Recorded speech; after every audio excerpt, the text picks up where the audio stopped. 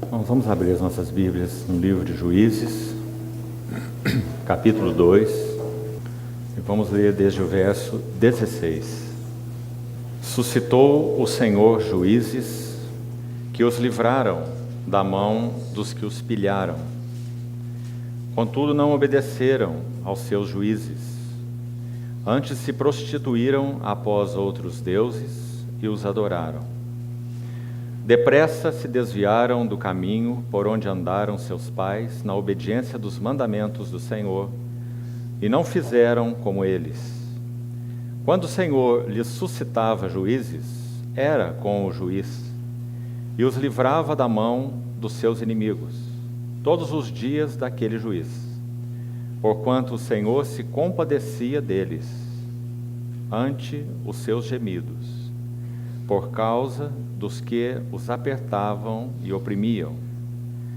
Sucedia, porém, que, falecendo o juiz, reincidiam e se tornavam piores do que seus pais, seguindo após outros deuses, servindo-os e adorando-os. Nada deixavam das suas obras, nem da obstinação dos seus caminhos. Pelo que a ira do Senhor se acendeu contra Israel e disse: porquanto este povo transgrediu minha aliança que eu ordenara a seus pais e não deu ouvidos à minha voz, também eu não expulsarei mais de diante dele a nenhuma das nações que Josué deixou quando morreu, para por elas provar a Israel, se guardará ou não o caminho do Senhor como seus pais guardaram. Assim o Senhor deixou ficar aquelas nações e não as expulsou logo, nem as entregou na mão de Josué. Vamos ao livro de Ruth, capítulo 1. Ruth, capítulo 1. Vamos ler os versos de 1 a 6. Nos dias em que julgavam os juízes, houve fome na terra, e um homem de Belém de Judá saiu a habitar na terra de Moabe, com sua mulher e seus 2 filhos. Este homem se chamava Elimeleque e sua mulher Noemi. Os filhos se chamavam Malom e Quilion, efrateus de Belém de Judá. Vieram à terra de Moabe e ficaram ali. Morreu Elimeleque, marido de Noemi, e ficou ela com seus 2 filhos, os quais se casaram com mulheres moabitas. Era o nome de uma Orfa e o nome da outra Ruth. E ficaram ali quase 10 anos. Morreram também ambos, Malom e Quilion, ficando assim a mulher desamparada de seus 2 filhos e de seu marido. Então se dispôs ela com as suas noras e voltou da terra de Moabe, porquanto nesta ouviu que o Senhor se lembrara do seu povo, dando-lhe pão. Queridos irmãos, embora não tenha sido anunciado previamente, nosso encargo para esses dias, 5 períodos que teremos, é falar sobre o pleno propósito de Deus, um vislumbre do pleno propósito de Deus no livro de Ruth. Interessante que mesmo na ordem do cânon de nossas Bíblias, o livro de Ruth está colocado na 8ª posição. Ele é o 8º livro a partir de Gênesis. Entendemos, certamente, que a ordem do cânon das Escrituras segue algo da mente de Deus, tanto no Velho quanto no Novo Testamento. Então, até mesmo o fato do livro de Ruth estar posicionado como o 8º livro é extremamente significativo, porque o 8 na Bíblia fala de um novo começo. O número 6 também o veremos no livro de Ruth. O número 6 fala de algo incompleto. O homem foi criado no 6º dia, mas havia um 7º dia para que o propósito de Deus se fizesse completo, que era exatamente esse dia do repouso, do descanso. Então 6 fala de incompletude. 7 fala de completude na tipologia bíblica. 7 dias da semana, os chamados 7 Espíritos de Deus, Então o 7 tem a ver com completude. Então, se é assim, o 8, na tipologia bíblica, certamente tem a ver com um novo princípio, um novo começo. E exatamente o livro de Ruth faz uma transição importante e muito bela na dispensação de Deus do Velho Testamento.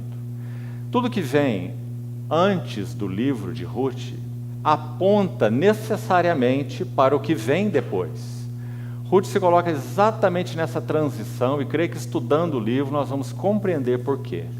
Porque esse livro é tão significativo, um livro em que o verbo amor não aparece na sua conjugação, mas o livro é pleno, repleto de amor por todo o livro.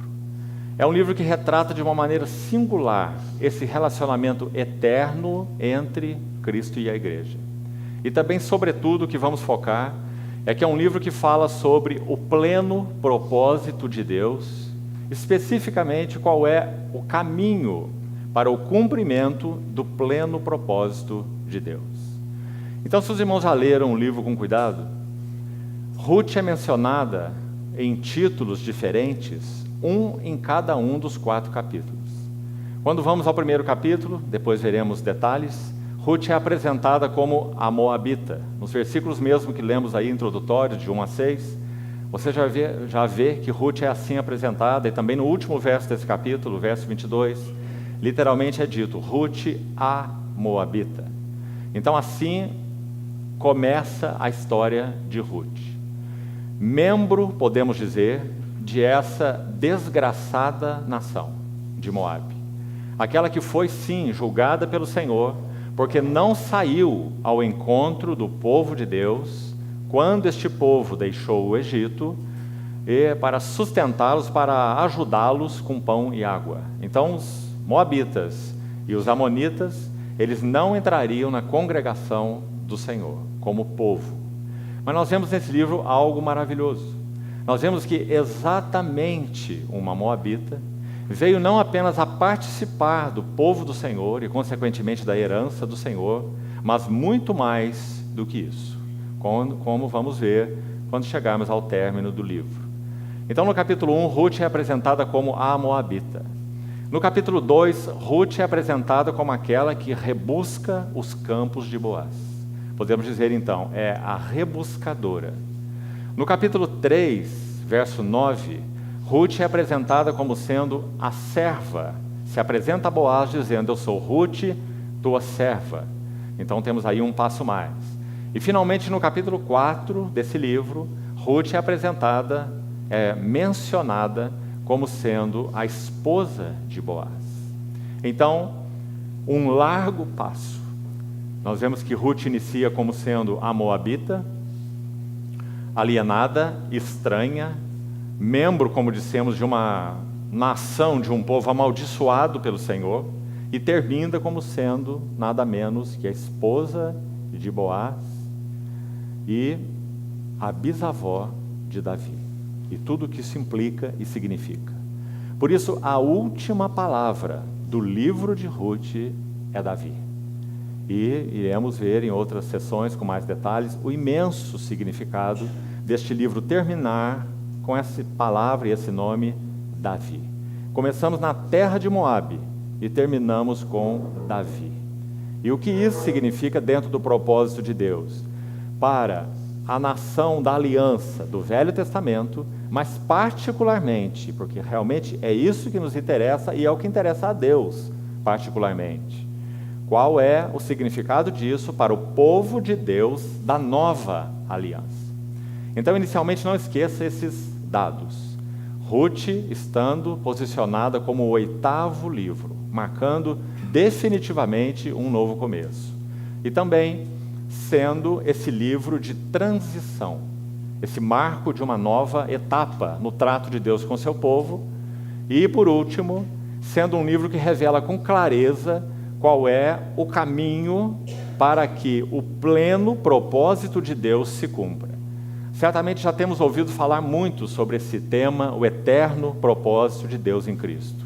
Certamente a maioria de nós que estamos aqui. mas sempre precisamos ser ajudados a entender qual é o caminho para que o pleno propósito de Deus se cumpra. Saber que Deus ordenou que Cristo tenha primazia em todas as coisas é muito claro na palavra do Senhor para nós. E não apenas na palavra do Senhor, mas em nossos corações, como revelado pelo Espírito Santo. Primazia e preeminência de seu Filho em todas as coisas. Esse é o eterno propósito de Deus. Juntamente com isso, Deus concedeu um privilégio, por eleição soberana, desde a eternidade, de unir a esse cabeça um corpo, a sua igreja. Por isso, grande é este mistério, Cristo e a igreja. Então é claro entre nós que esse é o eterno propósito de Deus. Não a igreja em primeiro lugar, Cristo, cabeça glorioso da igreja, e até mesmo a igreja que está unida a Ele, tudo que ela é, vive, faz e tem, finalmente será visto como sendo herança desse próprio cabeça. Toda a riqueza da igreja é a riqueza do cabeça. A igreja em si mesma não é rica. A igreja em si mesma é como Ruth, uma moabita. Nossa história está registrada nesse livro. Mas assim como nós éramos os moabitas, nas palavras de Efésios 2, estranhos às alianças da promessa, não tendo esperança e sem Deus no mundo. Quando caminharmos um pouco mais, nós vamos abordar um paralelo, um quadro, que mostra a relação entre o livro de Ruth e a Epístola aos Efésios. E realmente é muito impressionante ver como que o Espírito Santo pode escrever uma história tão linda, tão precisa, em Ruth, e nos dar a luz espiritual sobre essa história na Epístola aos Efésios. Então, se seguirmos capítulo a capítulo a Epístola aos Efésios, nós estaremos caminhando no livro de Ruth do Novo Testamento. Então esse é um paralelo que vamos fazer depois, calmamente, para que isso fique mais claro para nós. Então, por enquanto, guarde esses detalhes no seu coração, que serão muito úteis para nós. Mas, irmãos, vamos fazer primeiro uma introdução ao livro de Ruth, até onde for necessário nessa sessão. Então preste bem atenção. O livro de Juízes, ele comporta um período de aproximadamente 400 anos. Ele é o período mais trágico e trevoso da história de Israel. Há narrativas no livro de Juízes que nos chocam, e nós vamos citar uma delas porque ela é emblemática de todo esse período de 400 anos. Quando nós lemos os versos do capítulo 2, que introduzimos a partir do verso 16, creio que você percebeu que ali fica bem claro qual era a característica daquela era dos juízes. Então coloquemos assim: foi uma era cíclica, 400 anos cíclicos. Em que sentido? 12 vezes, pelo menos, já que são 12 os juízes, todos os que o Senhor levantou nesse período. E 12, lembre-se, na Bíblia fala do governo celestial de Deus. Então, embora o povo estivesse em toda aquela bancarrota, Deus ainda mantinha e sempre manteve o seu governo sobre o seu povo. Só que o governo de Deus não é apenas um governo abençoador, graças a Ele por isso. O governo de Deus é um governo disciplinador. Então, os irmãos observaram as palavras de Juízes que nós lemos? É dito que o Senhor determinou consigo mesmo que Ele não expulsaria de todas as nações que estavam na terra de Canaã, para por elas provar o povo de Israel se guardaria ou não os seus caminhos. Então o que nós chamamos de era cíclica? Cada período de apostasia era seguido por um período de arrependimento. Esse povo era o povo da aliança de Deus. Romanos 9 diz assim, Romanos 11, os dons e a vocação de Deus são sem arrependimento. Deus não é homem para que minta, e nem filho do homem para que se arrependa. O que Ele determinou é o que Ele fará, porque Ele faz segundo os conselhos de seu próprio coração. Então Ele fez aliança com esse povo. Ele nunca negou e nunca a negará. Até quando essa relação terrena do Deus de Israel com o povo de Israel se consumar na vinda do nosso Senhor Jesus, quando certamente o povo de Israel, que não tem nada a ver conosco, esse povo experimentará algo da parte do Senhor numa relação deles com o Senhor. Então o Senhor se revelará a eles de um modo específico, conduzirá aquela nação a um arrependimento final, eles verão aquele a quem traspassaram, literalmente, prantearão por ele, e será um período ligado a Israel. Nós nem mesmo podemos afirmar se sim ou se não, se nós estaremos aqui quando isso acontecer. Porque literalmente não resta uma só profecia a ser cumprida antes que a igreja seja arrebatada. Em outras palavras, o Senhor pode nos tomar para si hoje. Nada mais precisa ser cumprido, a não ser a profecia do próprio arrebatamento da igreja. Compreende? Tudo mais tem relação com outros assuntos e não com a igreja. Aí alguns podem pensar, mas não é dito na Bíblia que a igreja verá o anticristo? Não. Essa é apenas uma posição particular que você pode ter. Mas não há como ser dogmático a respeito disso, porque a Bíblia não é dogmática a respeito disso. Então isso está nos segredos ocultos do Senhor. E no que concerne aos cumprimentos necessários até aqui, todos já aconteceram. Então nós temos um maranata real no nosso coração e não um maranata que espera o anticristo, ao invés de Cristo. Graças ao Senhor por isso. Então, cada período de apostasia era seguido por um período de arrependimento. Aí estávamos. A era cíclica dos juízes. Porque Deus, na sua fidelidade, levantava juízes. Nós lemos no capítulo 2. Quando eles eram oprimidos, então Deus, na sua misericórdia, por causa da sua aliança, levantava juízes que os livravam das mãos dos seus opressores. E nós lemos lá no capítulo 2, e Deus era com o juiz. Mas então, o que acontecia? O povo caía de novo em apostasia. Mais um período de apostasia. Então, durante esses 400 anos, essa é a marca do povo. Se somarmos todos os anos, se não me falha aqui a memória, durante o tempo total dos 400 e poucos anos de período dos juízes, o povo andou em um período de liberdade, governado por um juiz levantado por Deus por um período de 111 anos. Todos os outros anos seriam em torno de 300 anos. Foram anos de cativeiro, opressão, expoliação. Lembra-se de Gideão? Gideão malhava o trigo no lagar e não na eira, para o pôr a salvo dos midianitas. É uma figura também interessante no livro dos Juízes, porque o trigo, sobretudo, era a base do alimento daquele povo, o pão, sem o qual eles não teriam vida. Não é? O pão, Salmo 104:15, o pão que lhe sustém as forças.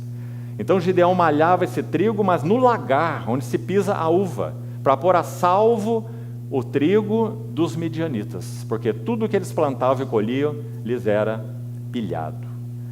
Então, queridos irmãos, o ciclo de apostasia, arrependimento que segue a apostasia. Na misericórdia de Deus, então, ele ia de novo de encontro ao povo, e que coisa mais maravilhosa é essa?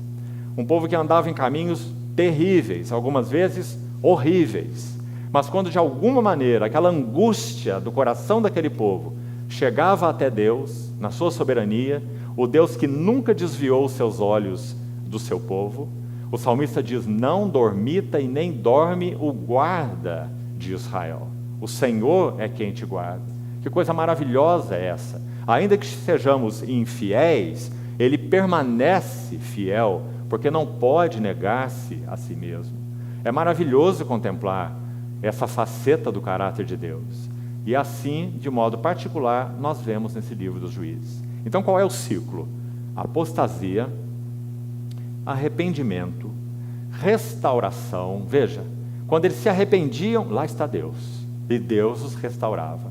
Mas após serem restaurados, então nós voltamos ao primeiro elemento do ciclo: apostasia de novo. E arrependimento de novo, e restauração de novo, e apostasia de novo.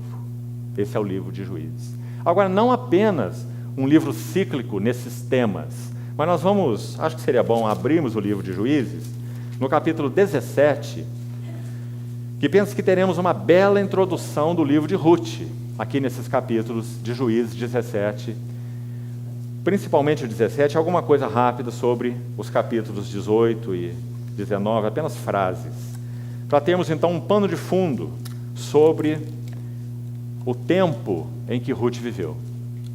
Capítulo 17 de Juízes.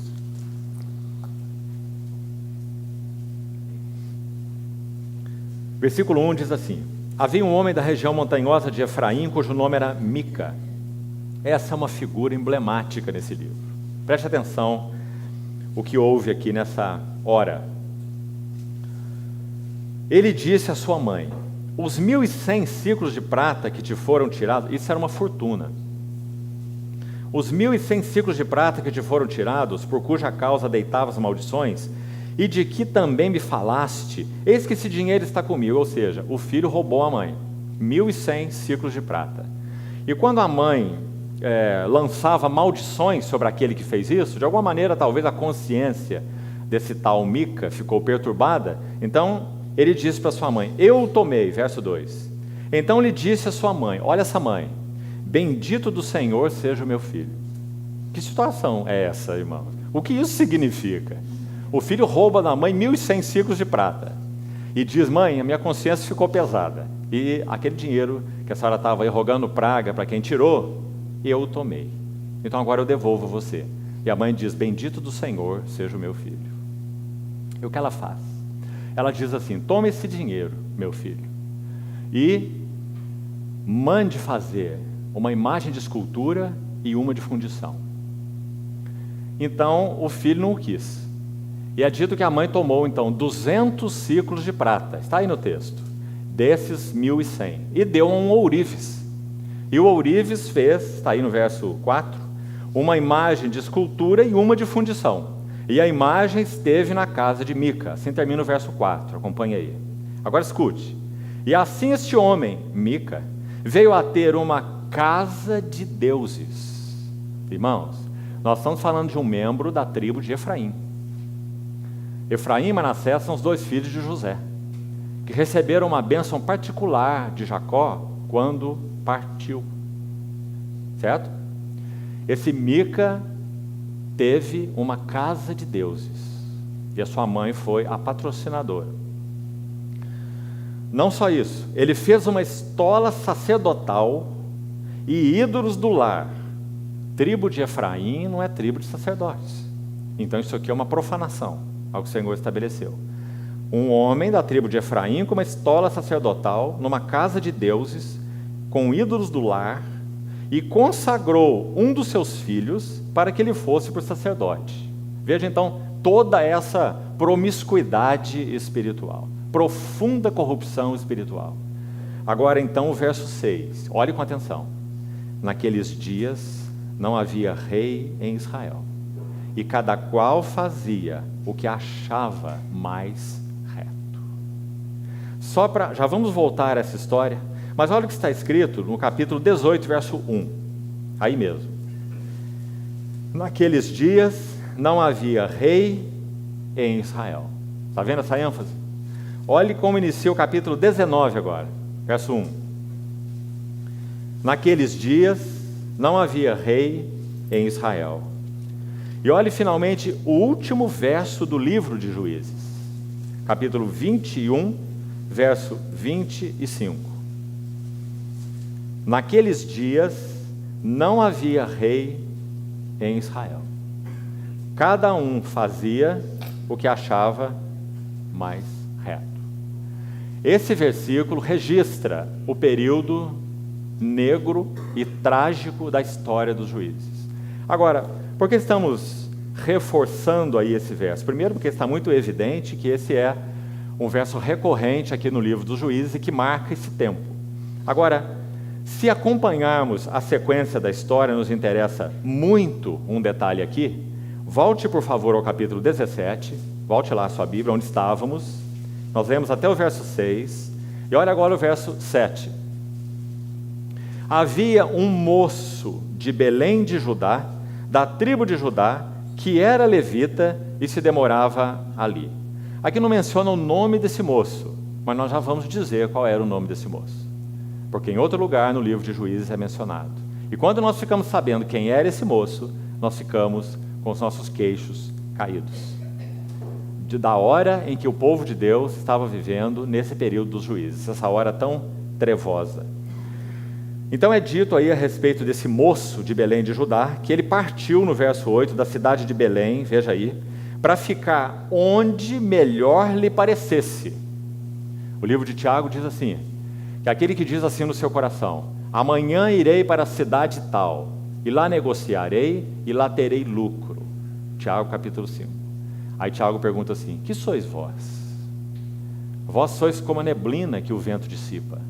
Ao invés de fazer esses planos assim, vós devias dizer, se o Senhor quiser.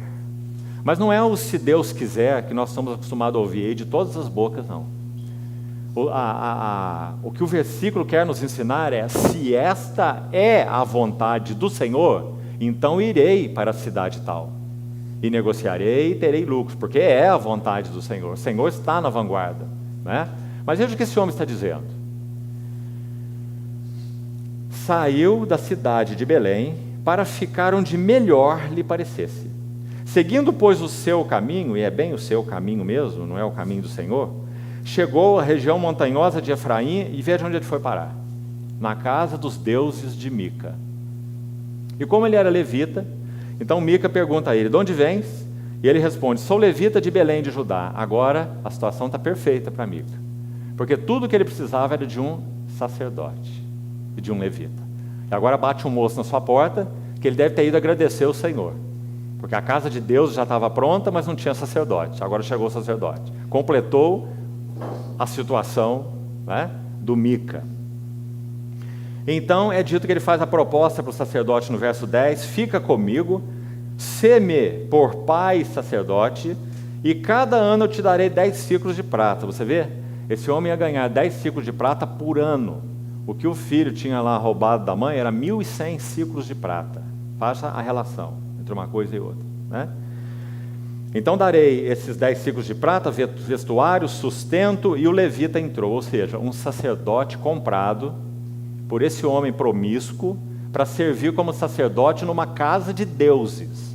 Esse quadro, como falamos, é emblemático da hora em que o povo de Israel estava vivendo.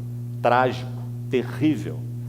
Mais trevas que isso, impossível, porque isso é basicamente uma feitiçaria, né? Então é dito no verso 11 que ele consentiu em ficar com aquele homem, e o moço lhe foi como um dos seus filhos, consagrou Mica ao moço levita, que ele passou a ser sacerdote, e ficou em casa de Mica. Então disse Mica, sei agora que o Senhor me fará bem, porquanto tenho um levita por sacerdote. Isso chama superstição, né? Então os irmãos podem imaginar uma hora dessa, em que o povo da aliança de Deus está vivendo. Esse é o livro dos Juízes. Agora, quem é esse moço? O moço que saiu de Belém de Judá. Vamos piorar o quadro um pouco mais. Vá, por favor, para o capítulo 18 agora, e vamos ver quem é esse moço que ficou como sacerdote na casa de Mica.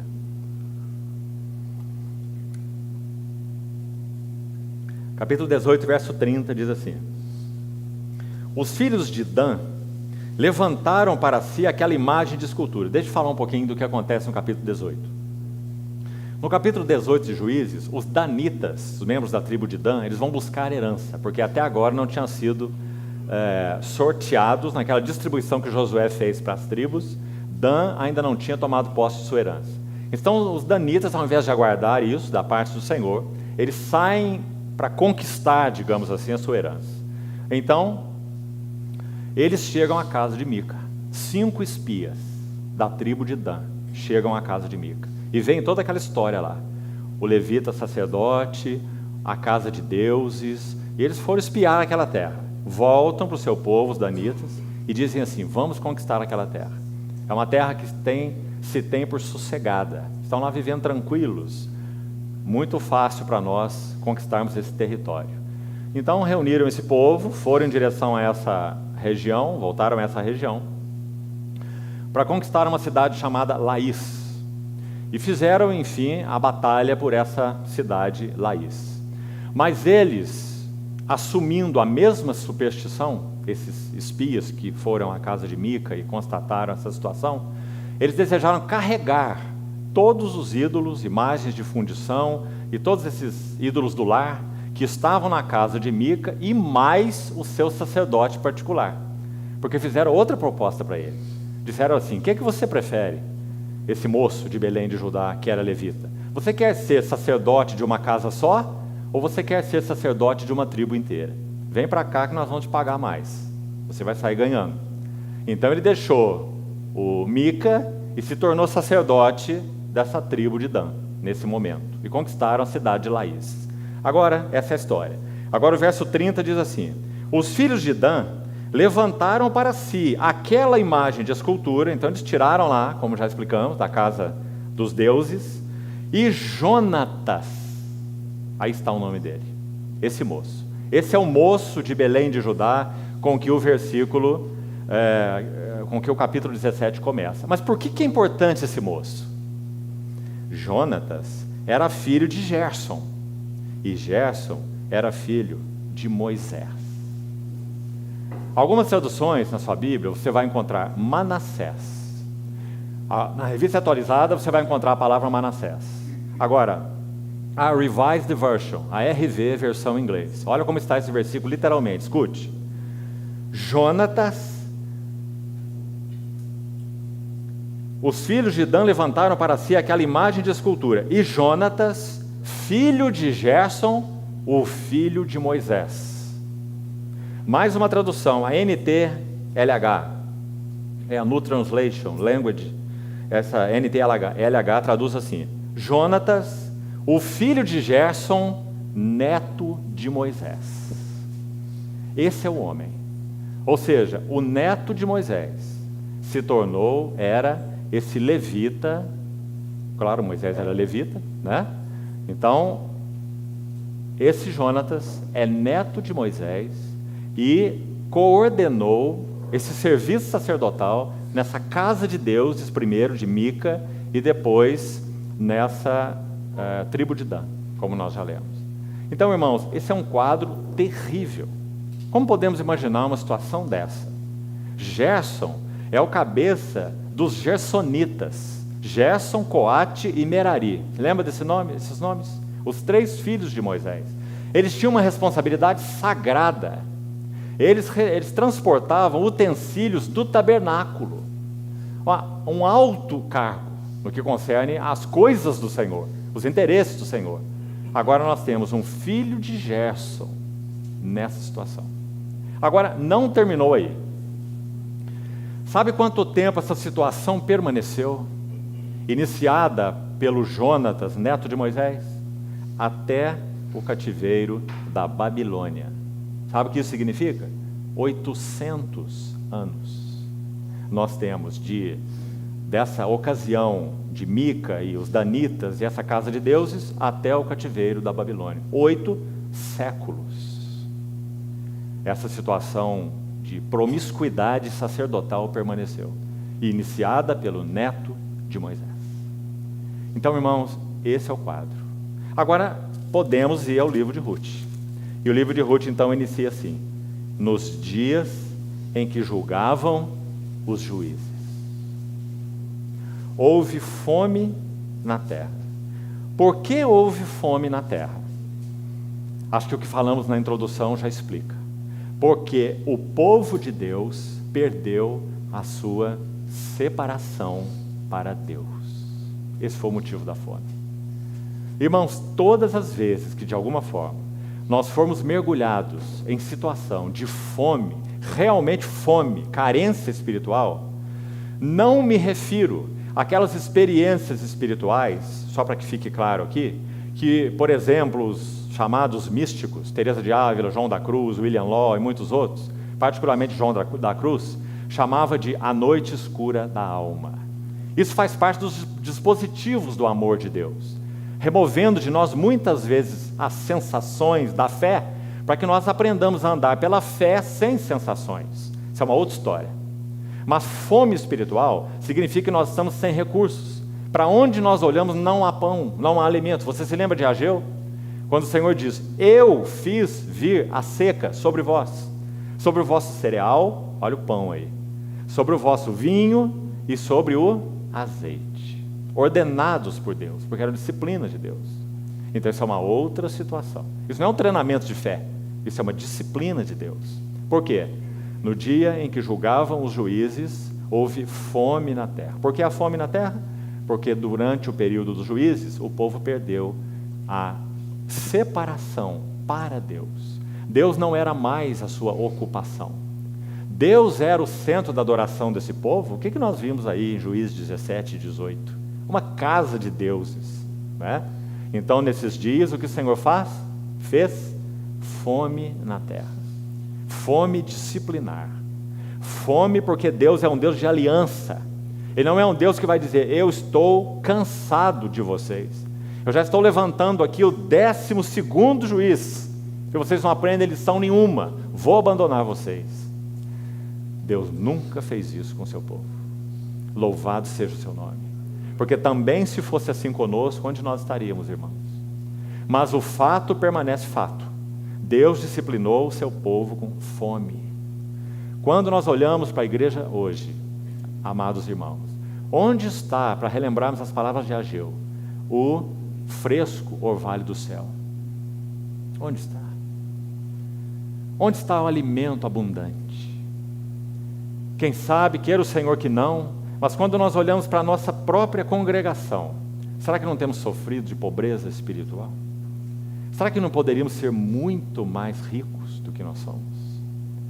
Onde está o pão? Elimeleque se mudou da casa do pão, Belém, significa casa do pão. Elimeleque deixou a casa do pão e foi para a terra de Moabe. Mais um detalhe importante aqui. Se Deus estava disciplinando o seu povo na era dos juízes, então o livro de Ruth é um apêndice do livro de Juízes. Podemos colocar o livro de Ruth lá dentro do livro de Juízes e nós vamos ver onde? No início do livro dos Juízes e não no fim. Elimeleque, muito provavelmente, nós vamos ver porquê, ele viveu no início do período dos juízes. Então Elimeleque não passou fome. A própria terminação do seu nome, segundo os estudiosos vão nos dizer, esse Ek, como Abimeleque, Elimeleque, mesma coisa, essa terminação Ek apontava para famílias que tinham nobreza. Então, Abimeleque deveria ser um homem muito bem sucedido. Ele não passou fome. Então, por que ele saiu da casa do pão, Belém? Por medo da fome. Ele deveria ter saído? Não. Por que não? Porque Deus é o Deus de aliança. Quando nós lemos a história, por enquanto só lemos até os versos 6 do capítulo 1 de Ruth, o que nós lemos lá no verso 6? Depois que morrem todos os homens, Elimeleque, Malom, Quilion, o que Noemi faz? Volta para Belém. Por quê? Porque ela ouviu que o Senhor se lembrara do seu povo, concedendo-lhe pão. Ou seja, Elimeleque nunca deveria ter se movido de Belém, muito menos para Moabe. Um povo que na tipologia bíblica tipifica a carne, que peleja contra aquilo que é do Senhor. Moabitas e amonitas são figuras da carne. Então é um livro cheio de princípios espirituais e cheio de beleza tipológica. Por isso nós vamos gastar essas reuniões nesse livro. Então vamos seguir passo a passo isso aqui. Então, primeira coisa aí, recordando, guarde isso, fome significa que o povo perdeu separação para Deus. A quantidade e a qualidade do nosso alimento espiritual depende da nossa separação para Deus. Se Deus deixa de ser o objeto de nossa adoração, se o próprio Senhor deixa de ser o objeto da nossa ocupação, a consequência é fome. Agora, por que o Senhor decreta a fome? Já vimos naquela ordem cíclica. O desejo de Deus é um só. Ele quer conduzir seu povo ao arrependimento. Imagine se eles tivessem promiscuidade espiritual e bênçãos. Podemos imaginar um quadro desse, irmãos? No que concerne a Deus, ele nunca negaria a aliança dele com seu povo, certo? Mas no que concerne a seu povo, nunca mais esse povo retornaria para Deus. Porque eles teriam bênçãos associadas à promiscuidade espiritual. Mas Deus nunca faz isso. Nunca vai associar as bênçãos dele à falta de separação. Pelo contrário, ele associa fome a falta de separação. Então, se nosso coração está ocupado com o Senhor, nós não temos fome, nós temos pão. Belém é a casa do pão. Assim as assembleias do Senhor. Se Cristo é nosso centro, se nós estamos ocupados com o Senhor, se temos vivido vidas separadas para o Senhor, não nos faltará alimento, porque Belém é a casa do pão. O nosso Senhor é o nosso pão. Então, seguindo um pouco mais, veja algumas coisas importantes sobre esse capítulo 1. Nós não temos nesse capítulo 1 de Ruth apenas morte. Nós temos morte e esterilidade. Então, gostaria muito que os irmãos também tomassem essa ideia aí e pensassem sobre ela. Morte e esterilidade. Porque agora, olha, vamos para o polo oposto aqui. Vida e frutificação são totalmente dependentes de estarmos no centro da vontade do Senhor. Onde Elimeleque deveria estar? Em Belém de Judá, confiando na aliança de Deus. Até mesmo se ele tivesse que passar fome, nosso Senhor Jesus passou fome. Após jejuar 40 dias e 40 noites, teve fome. Ele deveria aguardar a bênção de Deus, que estava ligada à aliança de Deus com aquele povo que estava na vontade de Deus. Mas quando ele deixa a posição de Belém de Judá, ele está saindo da vontade de Deus e buscando seu próprio caminho, Moabe. Então, vamos repetir. Morte e esterilidade são as duas marcas do capítulo 1. Fome, né? Já vimos. 3 mortes. O marido de Noemi, Elimeleque, morre e os 2 filhos morrem. 3 viúvas, não é? E mais, é dito aí no texto, um detalhe interessante, que eles permaneceram na terra de Moabe quase 10 anos.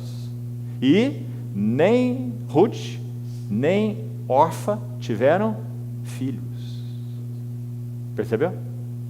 Então nós não temos no capítulo 1 apenas morte, nós temos no capítulo 1 esterilidade. Porque todas as vezes que nos desviamos daquela que é a vontade de Deus, é isso que experimentamos. Nós não temos nem vida e nem frutificação. O segredo, irmãos, para um serviço frutífero é estar no centro da vontade de Deus. O segredo para termos vida, e vida em abundância, como nosso Senhor prometeu, é estarmos no centro da vontade de Deus. Quando Malaquias, o último profeta, é levantado no Velho Testamento para repreender o povo do Senhor de novo por causa de infidelidade, ele repreende primeiro os sacerdotes. E sabe o que ele diz? Que os sacerdotes não fizeram essa pergunta central. Então Malaquias disse a ele: os sacerdotes não perguntaram: onde está o Senhor? Sabe o que significa essa pergunta? Desejo de conhecer a vontade de Deus. Com o que o Senhor está envolvido? Onde está o Senhor nesse tempo? Para onde o Senhor está indo? O que o Senhor está demandando de nós? Que caminho Ele está apontando? Onde está o Senhor? Se Ele está aqui, é aqui que eu vou. Se Ele está aqui, é aqui que eu vou. Se Ele está lá, é lá que eu vou. Mas os sacerdotes não perguntaram: onde está o Senhor? Então eles continuaram fazendo tudo que era relativo ao serviço do templo, e o Senhor não os aceitava. Livro de Malaquias, também um livro muito solene. Então compreende a importância disso, irmãos? Vamos repetir mais uma vez. Vida e frutificação são totalmente dependentes de estarmos no centro da vontade de Deus. Isso é tão importante nas nossas vidas, em nossas escolhas, né? Em todos os níveis, escolhas relacionais, escolhas profissionais, né? Então esse aí, basicamente, é o capítulo 1. Sabe, irmãos, essa expressão do verso 1, ele saiu, ou um homem, né, de Belém de Judá, anote aí versículo 1, saiu a habitar na terra de Moabe. No mesmo versículo nós temos o contraste flagrante aí. Belém, casa do pão. Moabe, a nação amaldiçoada, uma figura da carne. Irmãos, Belém, casa do pão. Deus estabeleceu a sua casa do pão. Hoje, podemos dizer que a casa de pão do Senhor é a sua igreja. Cristo é o pão da vida. E esse pão da vida, esse grão de trigo singular, único, precioso, unigênito de Deus, ele foi plantado na terra e produziu muito fruto. Então, de um grão, muitos grãos. De uma cabeça, o Senhor obteve o corpo. Não é? Então, A igreja é a casa de Deus. A casa de Deus tem princípios. A casa de Deus tem ordens declaradas por Deus. A casa de Deus tem adoração. A casa de Deus tem serviço, ou tem ministérios. Olha que coisas maravilhosas. Por que Deus estabeleceu na casa dele ministérios ou serviços? Por que Deus estabeleceu na casa dele ordem?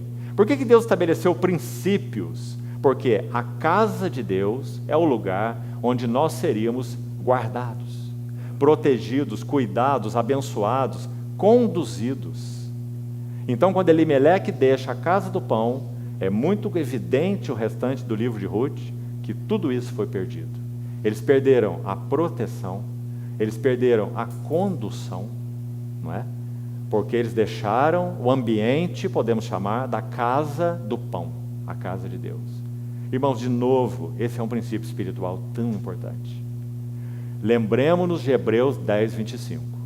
Não deixemos de congregar, como é costume de alguns. Nós podíamos pensar, mas eu sou de Cristo, Cristo é meu, tenho o Espírito Santo e tenho a Bíblia. Então fico na minha casa, é suficiente. Nunca será suficiente. Porque Deus estabeleceu sua casa. E sua casa tem seu governo, sua casa tem sua ordem, sua casa tem seus serviços. Nenhum de nós é suficiente, nem nossa família é suficiente. Nós temos que estar atrelados a essa que é a casa do pão. Que coisa importante para nós hoje, queridos irmãos. Nós temos, de alguma maneira, e por motivos que eu não quero entrar neles aqui, porque são mais de um, e eu não vou perder tempo com isso, mas nós temos por mais de um motivo colocado a igreja num plano inferior àquele que realmente ela tem. É arma do inimigo.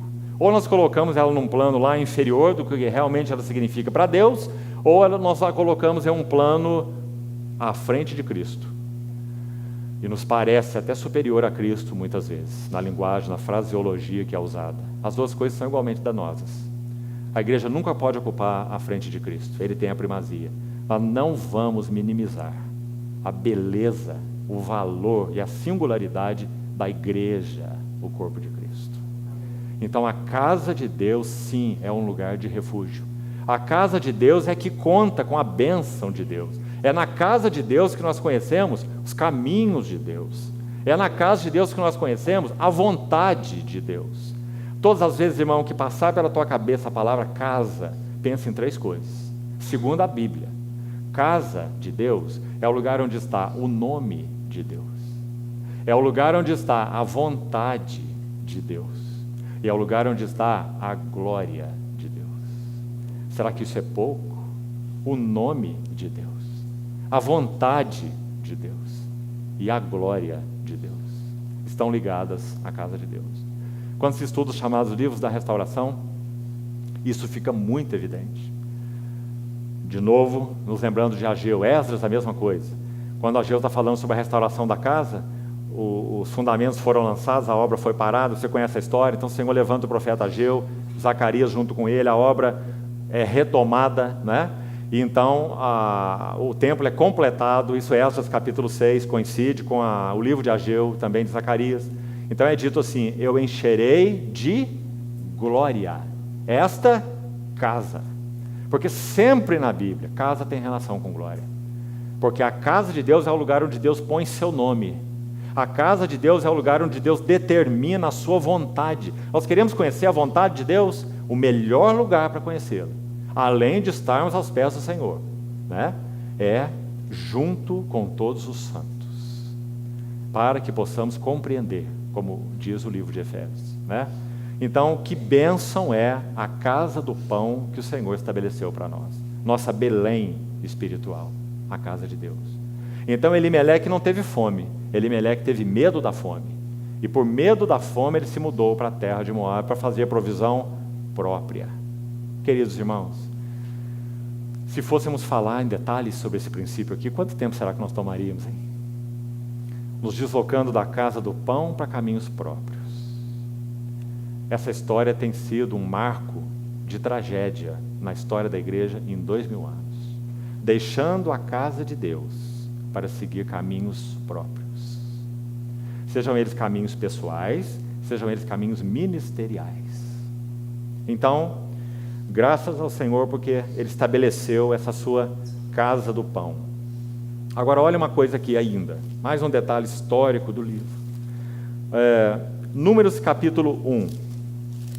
Vamos ler esse texto e explicar algo interessante aqui, e importante. Números capítulo 1. Quando o primeiro censo do povo de Israel é levantado,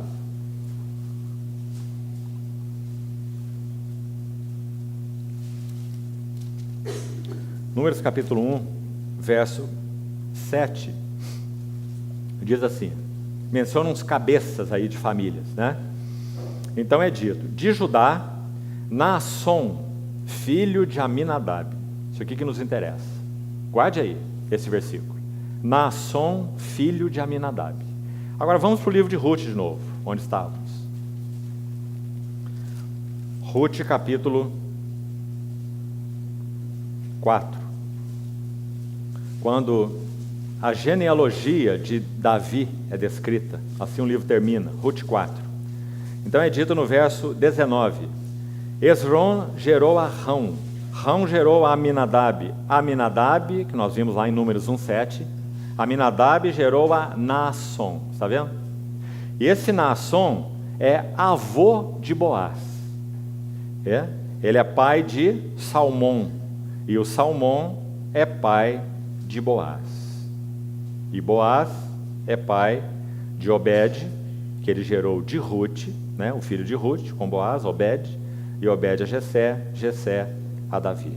Então, Naasson, repetindo, ele é o pai desse Salmão, ele é citado lá em Números 1:7, como já vimos.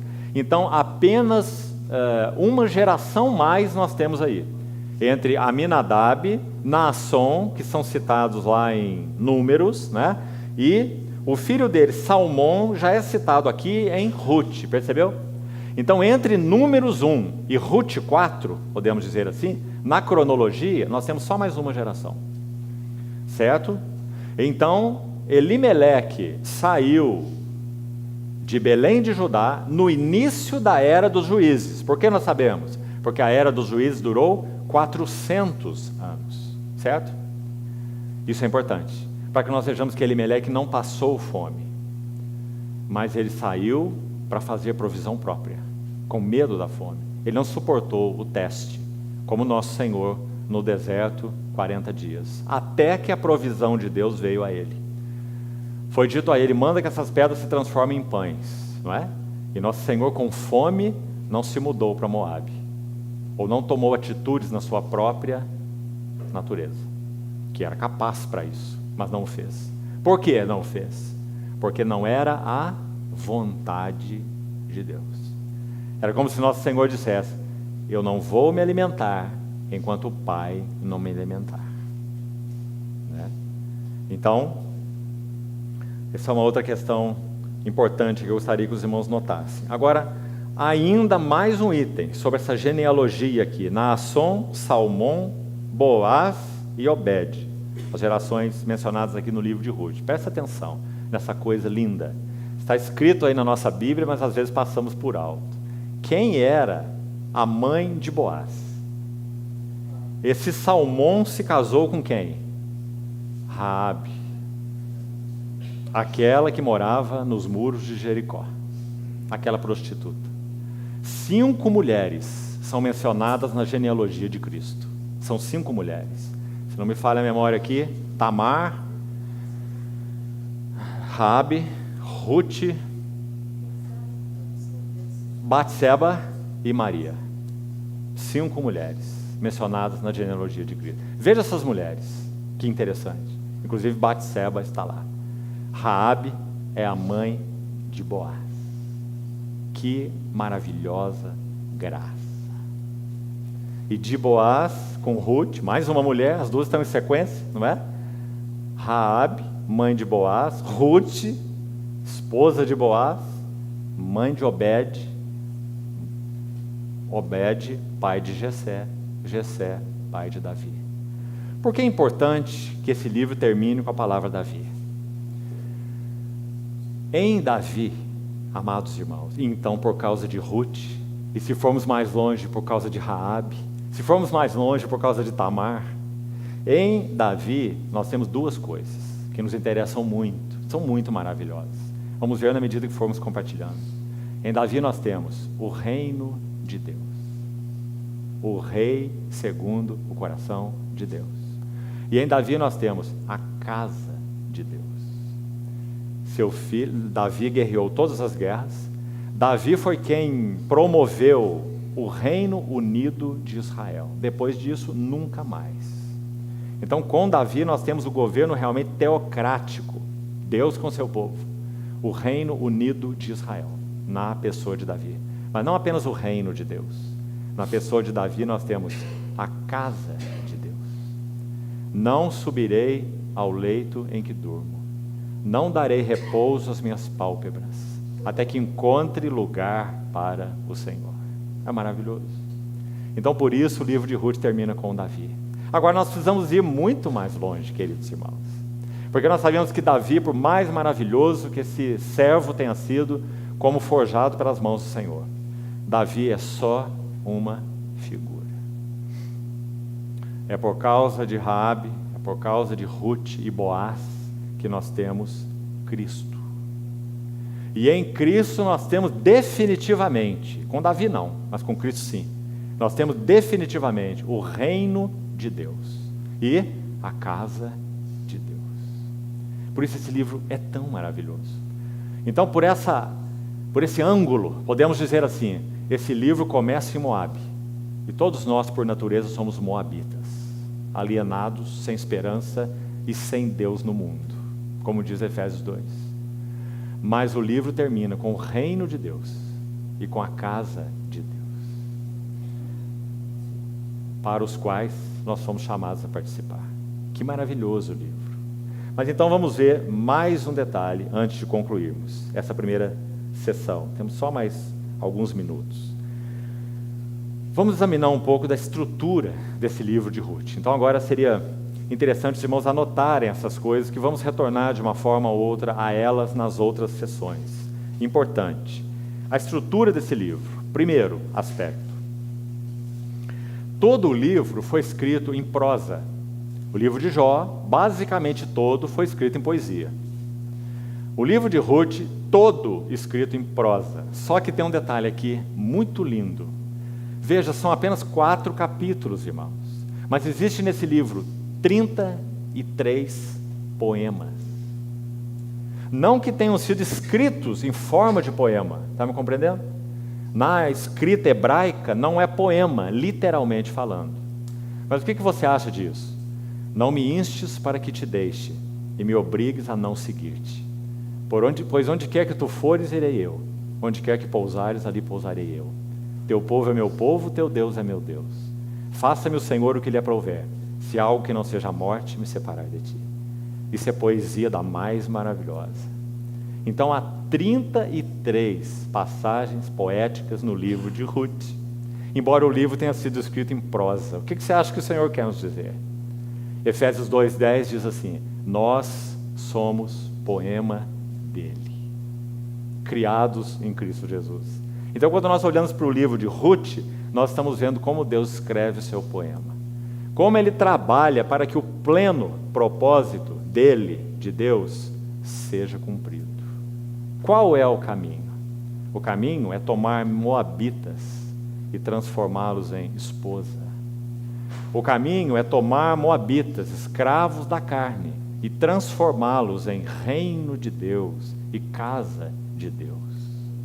Esse é o caminho para o pleno propósito de Deus. Agora, para que nós deixemos uma posição de escravos da carne, moabitas, e passemos a ser reino e casa de Deus, em Cristo, isso já foi realizado. Mas qual é o caminho para que nós experimentemos isso, então, subjetivamente, ou em nossa experiência? Não queremos adiantar muita coisa aqui não, para que os irmãos não vão embora na próxima sessão. Então vamos fazer a conclusão já agora. Nós vamos adiantar pelo menos uma coisa. O caminho para deixarmos de ser moabitas na experiência e passarmos a ser reino e casa de Deus, Betânias, onde o Senhor tem seu prazer e sua habitação, sabe qual é? É rebuscar nos campos de Boaz. Esse é o caminho. Por isso o capítulo 2 de Ruth é tão maravilhoso. Irmãos, talvez você já tenha lido o capítulo 2 de Ruth dezenas de vezes, mas eu vou te desafiar. No capítulo 2 de Ruth, há 3 discursos de Boaz. Você já percebeu isso? E se você ler os 3 discursos de Boaz, você vai ficar impressionado nessa luz. O diálogo dele com Ruth. Ele fala só 3 vezes no capítulo 2. E ele profere 3 discursos. E nós vamos chamá-los de os discursos de Boaz. E vamos ver o que Boaz tem para ensinar a Ruth. Sabe o que ele ensina a ela? Ele ensina a ela como viver nos seus campos. Os campos de Boaz significa as riquezas insondáveis de Cristo. Então Boaz vai ensinar a Ruth qual é o caminho para viver nos seus campos. E então Ruth, na medida que ela rebusca, ela descobre mais.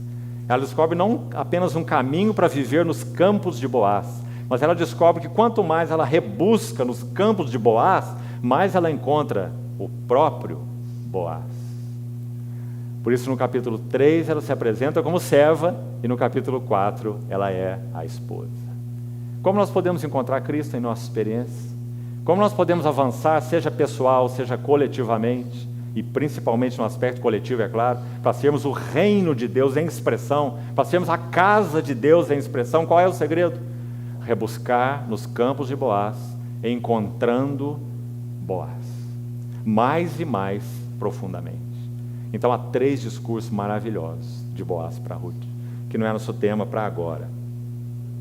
Então o primeiro item que citamos, são 33 poemas. Como pode caber 33 poemas em 4 capítulos desse tamanho? Ou seja, quase todo o livro é escrito em uma maravilhosa linguagem poética, embora não seja literalmente uma poesia hebraica. Foi escrito então em narrativa, em prosa. Outra coisa importante, importantíssima, que também vai nos ajudar. Veja bem, Ruth e Efésios. Divida os 2 livros ao meio. Ruth tem 4 capítulos, então 2 de um lado, 2 de outro. Efésios tem 6 capítulos, 3 de um lado, 3 de outro. O tema da primeira sessão de Ruth, graça. O tema da primeira sessão de Efésios, graça. O tema da segunda sessão de Ruth, descanso. E o tema da segunda sessão de Efésios, descanso. Ou seja, tanto o livro de Ruth quanto o livro de Efésios vão nos mostrar claramente a graça que conduz ao descanso. Por que João diz assim? Da sua plenitude nós recebemos graça sobre graça. Por que é assim a nossa experiência espiritual? Porque Deus deseja nos conduzir ao descanso.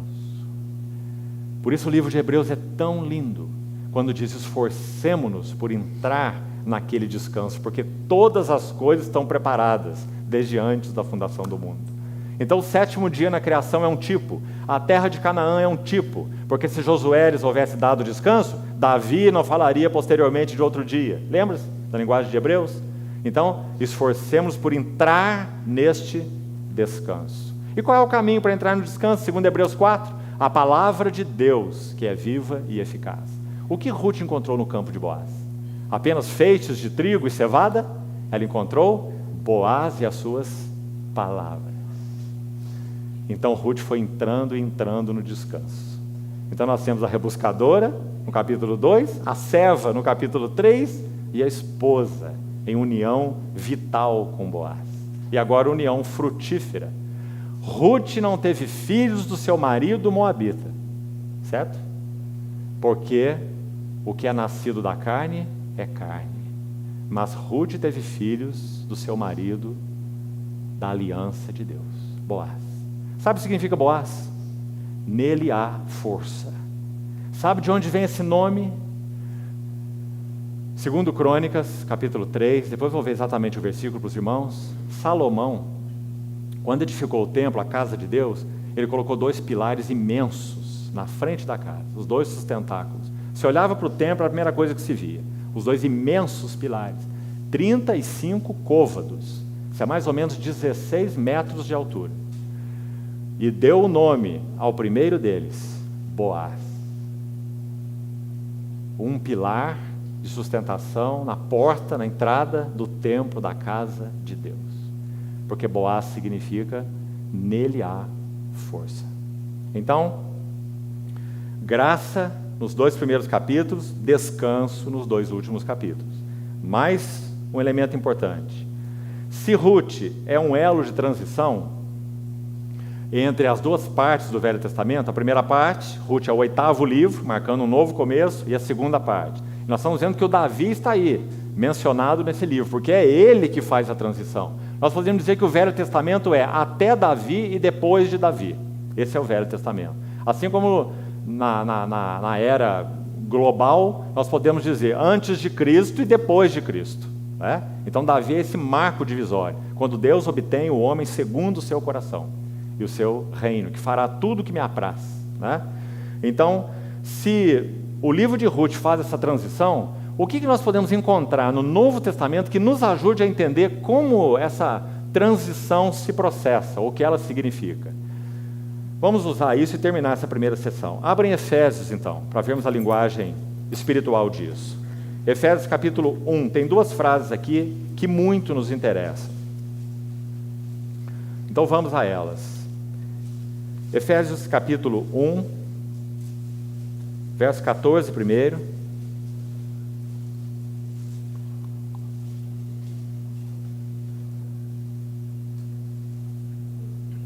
Está dizendo que o Espírito Santo da promessa é o penhor da nossa herança. Então guarda essa frase, importante. Nossa herança. Até o resgate da sua propriedade em louvor da sua glória. Deus colocou o Espírito Santo naqueles que ouviram a palavra da verdade e o evangelho da sua salvação. Isso está escrito no verso 13. Ele o selou com o Espírito Santo, e esse Espírito Santo é um penhor da nossa herança, até o resgate da sua propriedade. Ou seja, tudo aquilo que Deus nos garantiu e obteve para nós em Cristo, nós entraremos nisso por causa da habitação do Espírito Santo. Ele é o único capaz de nos introduzir disso. Ele me glorificará, porque há de receber o que é meu e vou-lo há de anunciar. Né? Então o Espírito Santo é penhor da nossa herança. Nós temos herança? Claro. Qual é o nome da nossa herança? Cristo e suas riquezas insondáveis. Né? Então, fique com a primeira frase, nossa herança. Agora vamos para o verso 18 aí.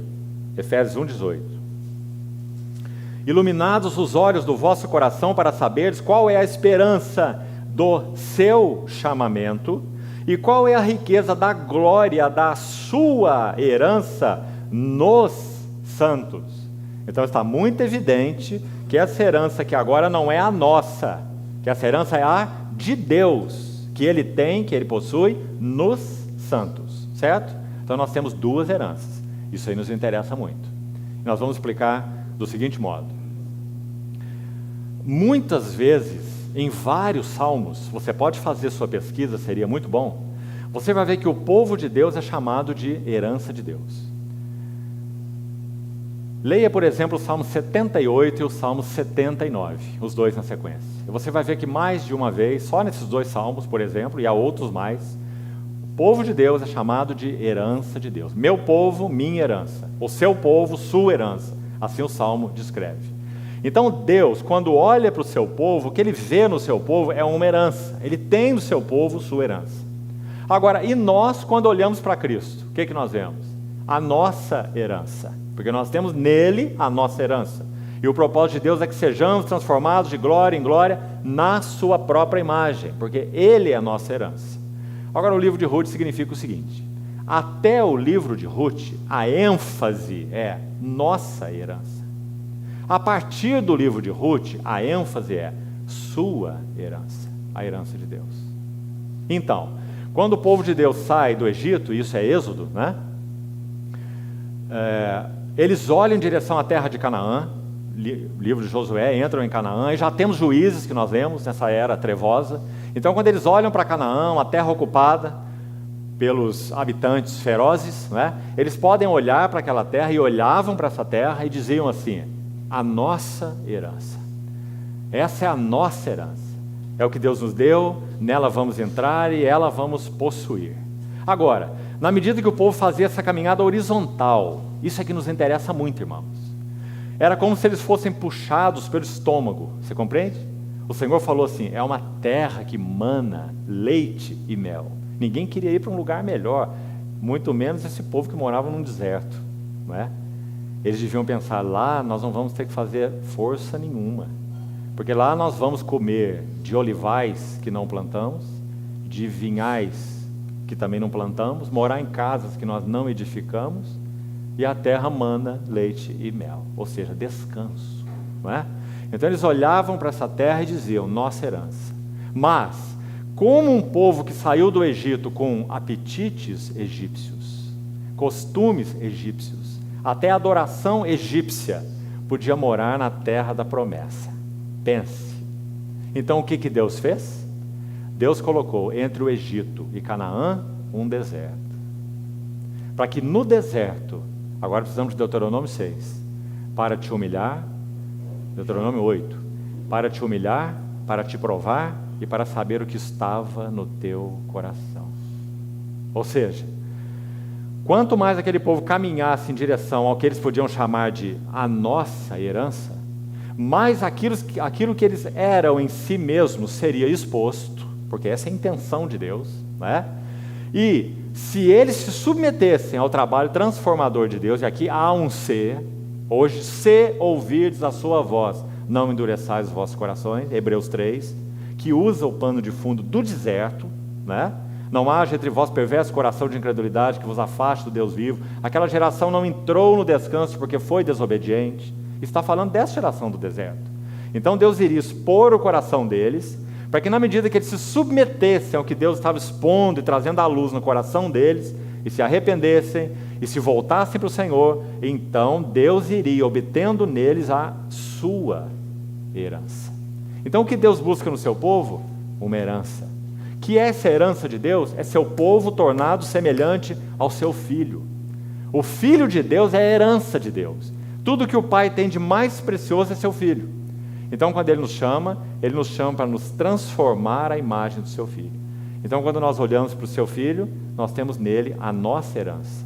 Mas quando Deus olha para nós, Ele vê em nós a sua herança. E o livro de Ruth faz essa transição. Até Ruth, eles estão aí caminhando em direção à sua herança. Mas a partir de Ruth nós temos Davi. E em Davi, Deus obtém a sua herança. A arca vai para o seu lugar, a casa de Deus é edificada, o templo glorioso de Salomão, embora logo depois venha a divisão do reino, né? Mas foi naquele período que o Senhor realmente obteve o seu governo sobre o seu povo. Então por isso o livro de Ruth faz essa transição, divide o Velho Testamento em duas metades. Nós vamos fazer um intervalo aqui então, ainda falta um item importante aí para mencionarmos, o paralelo entre Ruth e Efésios, e citarmos versos dos dois lados, para nós vermos como esse paralelo é claro, instrutivo e cheio de lições maravilhosas para nós. Nós vamos então fazer uma pausa aqui, um intervalo segundo que os irmãos determinaram, de tempo, e retornamos então daqui a pouco para seguirmos nesse tópico. Vamos orar ao Senhor antes de sairmos.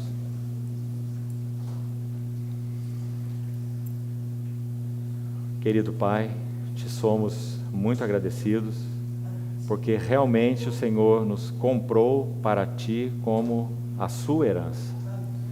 E sabemos que nós, em nós mesmos, éramos desvalidos. E não havia nada em nós senão aquilo que era abominável a Ti. Mas obrigado porque Tua graça nos chamou para entrar no Teu descanso. E por isso te pedimos, Senhor, que o Senhor continue usando de forma límpida, profunda, viva, esse precioso livro de Ruth nas nossas vidas, para que realmente compreendamos, não em teoria, não como conhecimento apenas, mas compreendamos espiritualmente qual é o caminho para o cumprimento do Teu pleno propósito. Ajuda-nos nisso, Senhor. Mais uma vez, nos depositamos nas Tuas mãos. Continua falando aos nossos corações. Em nome de Jesus. Amém.